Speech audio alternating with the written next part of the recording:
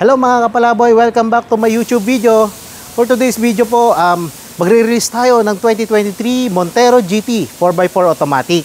By the way guys, si client po, isa po siya sa mga subscriber ko dito sa YouTube po. Interest po siya na i-purchase yung unit na to dahil sobrang ganda po ng offer po na pinakita ko po sa mga previous video ko. Si Sir Arman po, from from Poland pa po siya. And then, yung anak naman po niya yung sa akin, yung nag-inquire, and siya po yung tinulungan ko po para matuloy po yung transaction namin sa kanila. And yun, si wife po niya, si Ma'am Cheryl, siya po yung pipirma sa lahat po ng loan documents na kailangan po nilang pirmahan. Hello mga kapalaboy, nagbabalik po ako ngayon. Ipapakita ko po sa inyo yung mga na-install po natin dito sa dealer po na freebies. Hood emblem, yan po siya. Tapos naka-install na rin po yung deep dish matting. Yan, second row and third row po. Hindi lang kita. Oops, pakita natin. Yan. Naka-install na rin. Magkakaroon lang po tayo ng konting modification. Po para dun sa deep dish sa front. Papayos ko lang po. Tapos dashcam, Ultra HD dashcam. Yan po. Yan po siya. Connected po yan via Wi-Fi po. Hindi kasi natin pwede kabitan ng rear view mount na dashcam. Tapos rear step seal, pakita ko po sa inyo. Ito. Then pakita ko rin yung trunk tray cargo.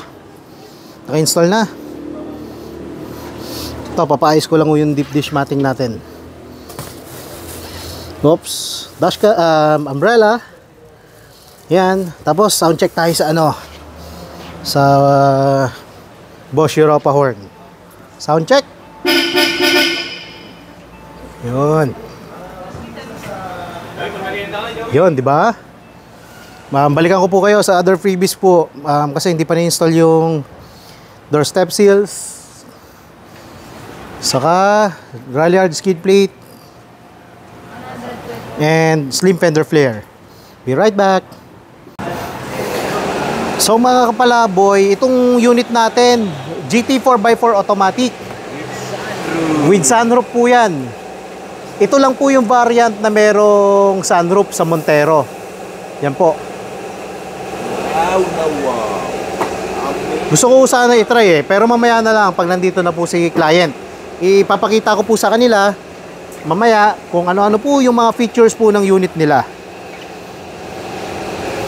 So, ayun, mga kapalaboy. Mamaya, balikan ko po kayo sa video para sa mga other freebies. Tapos, mamaya, i-interviewin din natin si client. Sana, positive feedback po yung makuha ko sa kanila. And magustuhan talaga nila yung unit na pinurchase nila sa akin. Be right back. Mga kapalaboy, i-release na po natin itong 2023 Montero GT 4x4 automatic. Mantayin nyo po ako, pupuntahan ko lang po si client, susunduin ko po para i-demo ko na po sa kanila yung unit nila. Saglit lang po. Yes, my friend. Ito na. How are you? Ay, Sir Daniel and Ma'am Cheryl po. I-demo ko po sa kanila yung unit po nila na 2023 Montero GT. And ito po, ko na po yung mga freebies po sa kanila, naibigay ko na po. May mga dagdag pa po yan. So, sir, nandito po nakalagay yung jack natin. Tapos yung ibang tools, mamaya sir, tuturo ko sa nakalagay. Tapos, eto sir, yung rear step seal, naka-install na. Trunk tray cargo, nandito na rin po. Tapos sir, yung jack, yung gulong pala natin, para ma-access natin, kailangan po, alisin lang po natin itong cap. Tapos, gagamitan nyo po ng tire wrench para maibaba po yung spare tire. Yan, dyan po yan sir. Sir, yung umbrella namin. Ito po ma'am, 3 piraso po yung umbrella natin. Nandito po ma'am. Tapos, ano pa po ba? Sir, nandito meron tayong 12 volts na power outlet. Pakibila na lang sir ng USB charger para in case po na may umupo sa likod, meron po silang saksakan po ng charger po. Ma'am, yung ano natin, unit natin, kung sakaling marami kayong bitbit, pwede nyo lang po siyang sipain na ganun para bumaba po yung tailgate. Tapos, pwede nyo rin po sipain ulit ganon para umangat naman po siya.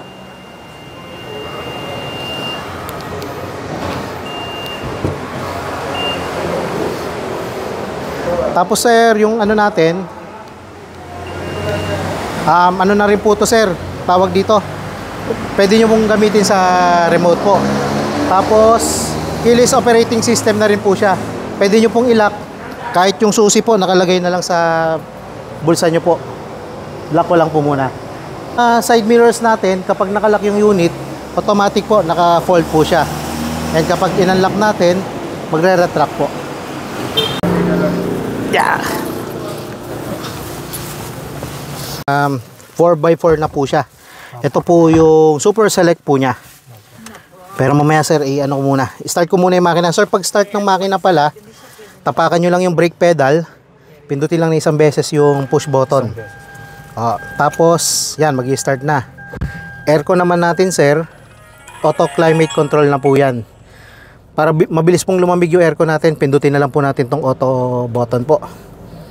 Tapos sir, pwede nyo po i-adjust yung temperature po dyan sa passenger side po. Tapos ito sir, to, para po yung hangin galing sa labas po hindi po papasok dito sa loob. And ito naman po yung control para po sa rear aircon. Then ito po, kung gusto nyo sir na iparehas po yung temperature ng driver sa passenger po, alisin ko na lang po. Ito naman sir, kung gusto niyo hindi po. Ayan. Tapos sir, yung unit natin equip po siya ng sunroof. Ayan. Kung gusto natin sir na buksan yung bubong or lumabas po sa labas, or pag nasa baler kayo sir, pwede yung gawin ganyan. Para yung hangin po sa labas, maano nyo po dito. Para ma-press-kuhan po kayo. Yan. Tapos po, sir, pag tirik yung araw, isara nyo na lang po ito. Para hindi yung masyadong mainit. Tapos, i-ano ko na lang muna. Sir, nandito po, dome lights, map lights, nandito. Tapos, dome light, nandun po sa likod. Yung may aircon controls din po yun. Tapos, ma'am, yung aircon, ano po natin, air vents po natin ng aircon, nandito po. Apat po yan, ma'am. Tapos, yung aircon controls din po sa likod, nandyan po nakalocate po. Pwede nyo pong adjust, ma'am. Kung sakaling nainitan po kayo, pwede nyo pong pindutin yung button po dun, ma'am. Tapos, sir, ito. Marami po kasing button dito. Sir, ito, audio steering remote. Nandito po. Tapos, ito po yung sa volume. And then, kung gusto niyo po sir baguhin yung setting ng natin, meter cluster, pindutin niyo lang po sir yung enter button po. Ay, sir, sarado po muna ng pintuan niyo po maigi. Yan. Tapos, ma'am, yung sa inyo rin po, ma'am, open po, saka close po ulit. Yan. Ito sir, para mabago natin sir yung yung display po, pipindutin niyo lang po itong enter button. Tapos display type, para mabago po natin sir yung pinaka interface po. Ito sir, makikita natin dito yung bagong display. Ito yung speedometer natin, tapos yung nasa pinaka kanan, nandun naman sir yung tachometer po. Tapos pwede rin natin palitan. Arrow key na lang ginamit ko sir. Ito yung RPM po or yung tachometer, mas malaki. Yung liter, yung speedometer natin, itong digital na po. Tapos ito naman po yung fuel consumption niya sir. Tapos meron pa po siyang ibang options dito. May driver assistance tayo sir. Ito sir yung may blind spot warning, pwede nyo po siya i-off. Pero mas maganda sir, laging naka-on. Para kapag bumabiyahe kayo, kung may vehicle na hindi nyo makita dito, at least iilaw po siya sir. maano nyo po na ma-aware po kayo na meron pong sasakyan na nasa side nyo po. Tapos remote po. Yung remote na to sir, ibig sabihin nito pwede nyo i-connect yung phone nyo via Bluetooth para ma-open natin or maano natin yung mga tawag dito, yung ilaw ng unit natin. Tapos may mga function pa sa sir na gaya ng pagbukas din ng tailgate, saka pag open po ng mga pintuan. Yun na to sir, ng Mitsubishi Remote Control app. Pakita ko lang po yung mga features po. Yan po yung sa tailgate. Tapos ito naman sir yung pag lock and unlock ng mga pintuan. Tapos pwede rin po niya ibaba yung mga bintana. Tapos may feature din siya sir na makikita nyo yung average fuel consumption, kung ilan po yung tinakbo ng sasakyan nyo. Tapos ito po, pwede nyong patahin sa kabuksan yung ilaw, or kapag nasa mall kayo, hindi nyo malocate yung unit nyo, pwede nyo buksan yung ilaw para malaman nyo kung saan po yung sasakyan nyo dyan sir. Yun po yung nito, nung sa remote po na menu. Tapos pop-up display. Nandito sir yung navigation system. Kung sakali na ginamit nyo sir yung navigation system neto, para hindi na rin kayo ma-interrupt habang nagdadrive, dito may maliit na display kung gaano na lang kalayo yung pupuntahan nyo. Kung kailangan nyo na lumiko, magno-notify po na within 100 meters magta-turn left na po kayo. Tapos media, kung may tatawag sir, magpa-pop up din dyan. And then dito naman sir, medyo madami sir Tailgate, pwede nyo pong patayin yung tailgate natin sir dyan. Ano yun lang natin, pero hindi ko na po pagaganahin. Tapos nano E sir, by default lagi po siyang naka-on para yung negative ion sa loob ng sasakyan natin ma-eliminate po niya. Tapos rest reminder, pag long drive po sir, iset nyo lang po ito. Kung gusto nyo na mag-warning po si Montero na kailangan nyo po magpahinga, i-ano po niya kayo, i-assist po niya kayo. Tapos turn signal lamps, operation signal sounds, pwede nyo rin pong baguhin dyan, pero hindi ko na lang po muna babaguhin yun sir. Tapos ito po yung sa yung ibang function naman nito sir, gaya ng adaptive cruise control. Ito po yun, kailangan pindutin nyo po siya sir. Kaya lang sir tawag dito, magagamit nyo lang to sir pag tumatakbo na kayo ng 40 kilometers per hour pataas. Pwede nyo baguhin yung distance.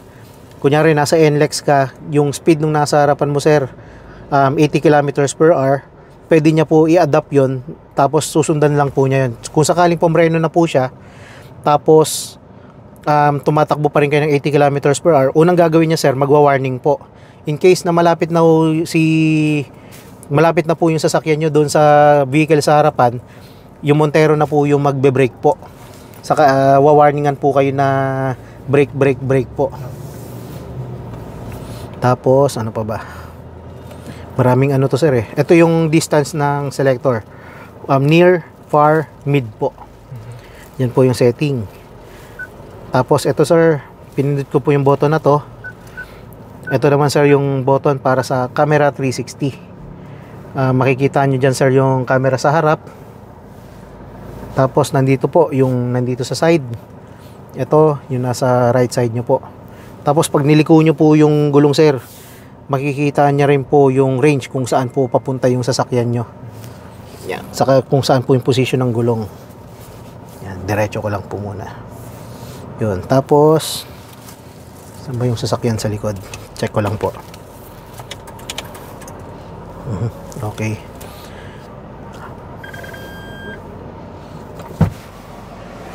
Baka, excuse me lang. Pasensya na. Lalabas na din yung likod. Sige. Coding daw kasi. Sige, labas ko muna. Sir, ilalabas ko muna yung unit natin. Sir, ito, naka-reverse ako. Pag nag-reverse tayo, sir, automatic. Mag-on din yung reverse natin, yung display sa reverse. Makikita natin dito yung sasakyan sa likod. Tapos ito, bird's eye view. Ano nyo rin po. I-abante ko lang sir.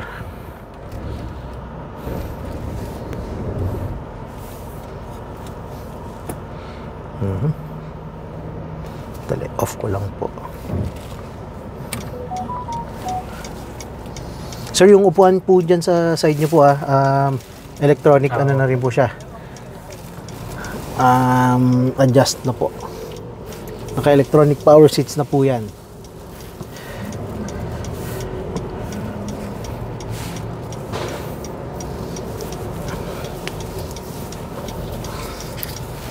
Sir, maninibago ka dito. Opo. Pero maganda i-drive to, sir.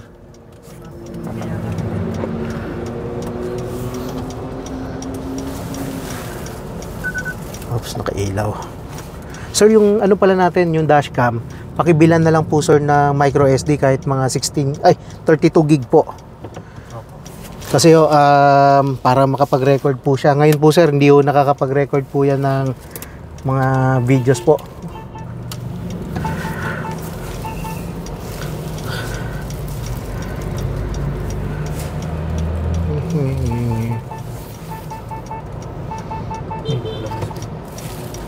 Hindi po, ayusin ko lang.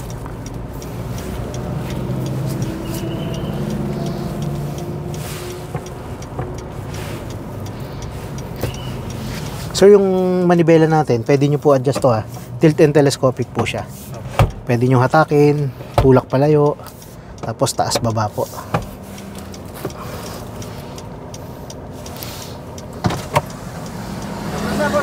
Ha? Atras na. Sige. Tapos sir, mamaya ituturo ko po yung function ng brake auto hold.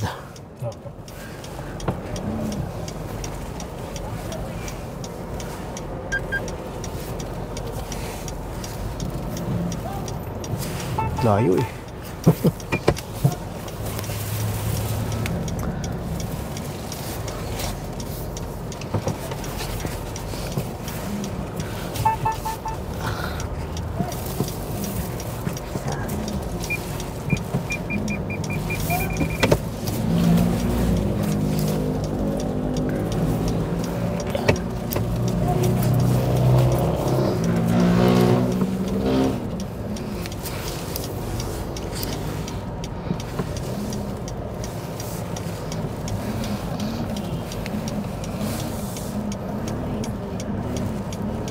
Ha?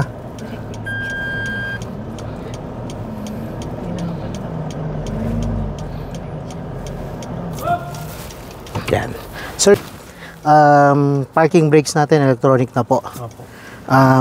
Kung gusto natin engage, sir, kailangan pull up natin siya. Yan. Tapos iilaw po, sir, yung parking brake icon dito. Tapos ito po iilaw din. Tapos try ko lang bitawan, sir. Yan, nakabitaw na po ako sa brake pedal. Tapos naka-neutral. Yan, naka-engage na po yung yung electronic parking brakes. Tapos para ma-shift natin, sir, sa park gear, tapakan lang natin yung brake pedal, saka i-shift natin sa park po. Sir, try mo lang, sir, mag-seatbelt, sir. Ituturo ko naman, sir, yung ano natin, yung sa brake auto hold. Kasi po hindi yung gagana yung brake auto hold function kapag hindi po tayo naka-seatbelt parehas. Brake auto hold function, sir, push lang natin yung button ng brake auto hold, tapos iilaw po yung icon na hold dito. Ibig sabihin po ng white icon na hold, naka-on na po yung brake auto hold natin. Tapos kapag naka-green na po siya, ibig sabihin po yan, sir, naka-engage po yung brake auto hold natin. Sir, kung napapansin nyo, nakapatay po yung ano natin, yung electronic parking brakes. Tapos nakapatay rin naman dito. And nag-engage po, sir, yung brake auto hold natin. Tatry ko lang, sir, bitawan po yung brake pedal. Tapos ilalagay ko lang, sir, sa neutral. Yan, nakabitaw na po ako, sir. Naka-engage po yung ano, sir. Pero kung gusto natin na i-disengage yan, shift lang natin sa drive. Tapos ano lang po, baka mabangga. Tapos, sir, ano yun lang natin, tapakan lang natin ng konti yung gas pedal. Yan. Tapos pag nakahinto na, mag-go on po ulit yung brake auto hold po. Engage ko lang po. Yan. Pag mga ganito, sir, yung safest way para ma-engage natin yung brake, kailangan engage muna natin yung electronic parking brake, tapos tapakan natin yung brake pedal, saka i-shift natin sa park po. Yan, bitawan ko lang po. Yan, okay na sir. Tapos sir, turo ko lang sir, ito pong button na to or yung super select po, ito sir yung ginagamit kapag mag-off-road tayo. Kung gusto nyo gamitin sa lahar sir, lahar trail, ilalagay mo lang siya sir sa 4H or 4HLC. Tapos kung magre-river river crossing ka, medyo malambot yung terrain sir, ilalagay mo lang sir sa 4LLC. Yung terrain selector natin sir, kung sakaling dadali nyo sa lahar trail, i-set mo lang sir sa ba't ayaw? Yun, i-set mo lang sir sa sand, kasi medyo yung dadaanan po doon mabuhangin po, para yung unit na rin natin mismo sir yung mag-ano doon, kung gaano kalakas yung torque na gagamitin pag dumaan po tayo doon.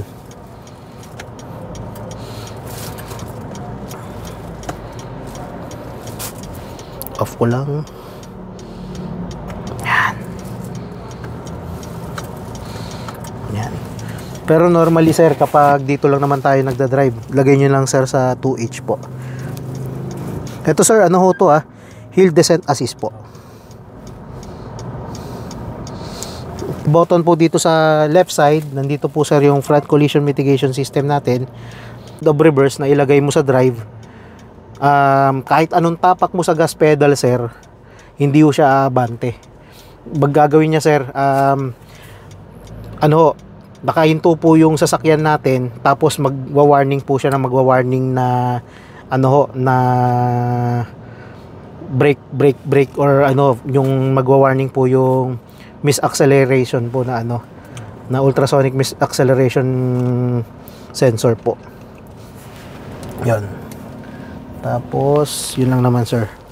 Sir, hindi ko na paggaganahin sir yung mga wiper po natin. Kasi baka magasgasan po yung salamin. And then, yung unit natin sir, may rain sensing sensor po yan. Kapag malakas po yung ulan, automatic magwa-wipe na po siya. Tapos meron din siyang yung auto lightning system. Ilalagay mo lang sir sa auto yung stock, para ho kapag dumilim, yung ilaw po natin sir, mag-aano na po yan, mag-on na rin po yan. Tapos yung maganda pa dito sir sa GT, meron siyang rear fog lamps. Kaya kung aakyat po kayo ng baler, medyo foggy po, pag na-tsempohan nyo po na medyo foggy, pwede nyo po i-on yung rear fog light, para po yung sasakyan na nasa likuran nyo, aware po na may sasakyan po na nasa harapan po nila, para maiwasan din po yung mga accident po. Yan. Tapos mamaya sir, tuturo ko sa inyo yung sa head unit. Sir, muna tayo, pa-picture muna tayo para makapunta na po tayo dun sa shop. Mga kapalabay, ito nagpi-picture taking na po sila. Sila ma'am and sir Liwag po. Ayan. Tapos dadali na po namin yung unit sa shop, kung saan po ikakabit yung Ralliart skid plate, slim fender flare, saka other freebies po natin. Be right back po.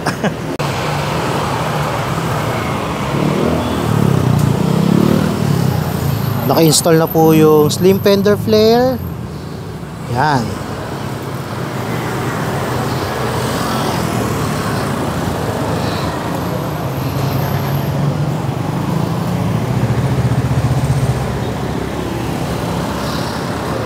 Tapos check po natin yung door step seals.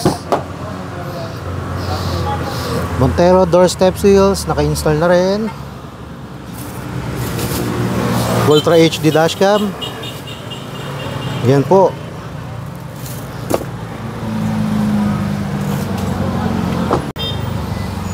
Tapos ito po sa harapan naman.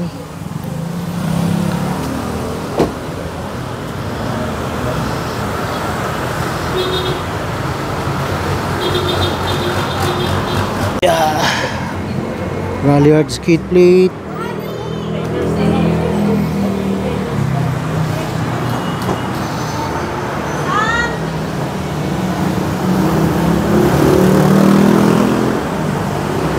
So, hello mga kapalaboy.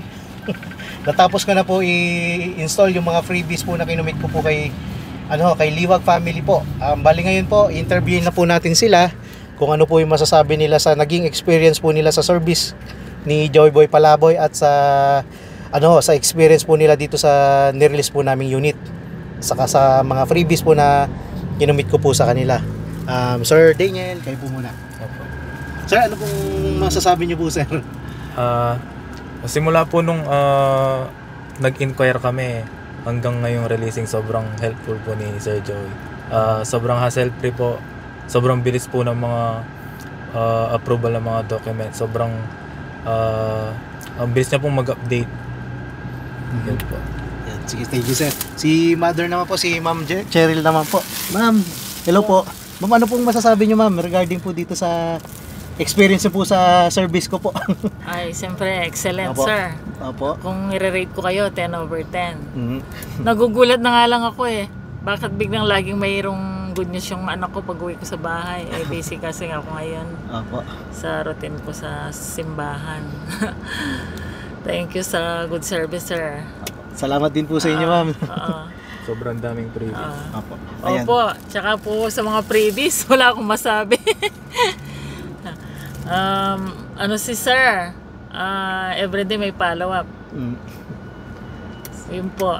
Thank you so much, sir, sa Salamat din po, ma'am. Yun po, narinig niyo na po yung sinabi po ng client ko po na si Ma'am Cheryl and ni Sir Daniel po. And mamaya po, ihatid na po natin sila dun sa bandang Harbor Link para makauwi na po sila papuntang Pampanga po. Ayun, sige po. Maraming salamat po, and mamaya babalikan ko po kayo para naman po dun sa other documentation po ng unit nila. Hello mga kapalaboy, welcome back ulit. Ngayon kakauwi lang natin galing po sa dealer. Bale, time check muna tayo. Yan. Taran. Ano na po? 9:53. So ayun, na-release na po natin yung unit nila Liwag family. Galing po talaga sila ng San Fernando, Pampanga. And nakauwi po sila around 9 PM po. Ayun mga kapalaboy. So ayun mga kapalaboy, nakalimutan ko sasabihin ko. Anyways, hello so ayun mga kapalaboy. Nakauwi ho tayo sa magte-10 PM na. And sila Liwag po, or sila Liwag family po, nakauwi na po sila ng Pampanga ng 9 PM. Ayan. Kasi kaya ginabi rin po tayo ng uwi para ho maano natin yung mga documentation ng nilist ko kanina. Para ho hindi tayo magkaroon ng delay doon po sa registration po ng unit na pinurchase po ni client. So ayan mga kapalaboy, napanood nyo na po yung yung reaction po ni client doon po sa pinurchase nila na 2023 Montero GT 4x4 automatic. So kung gusto nyo nang mag-avail nito, kontakin nyo lang po sa number na naka-indicate dito sa screen. Tapos bibigyan ko po kayo ng update doon po sa bagong promo natin sa 2023 Montero variants po. Umpisahan po natin pala kay Montero Manual. Montero Manual po natin, unit price po niya 1,568,000 at meron siyang cash discount na 285,000. Kung kukunin natin siya under in-house bank financing transaction, 0 down payment pa rin po siya. Monthly niya sa 5 years to pay, 31,814. Ayun. Then, sunod natin si 2023 Montero GLS Automatic. Unit price niya, 1,796,000. Cash discount, 139,000. Tapos, may dalawang option tayo dito sa down payment promo po.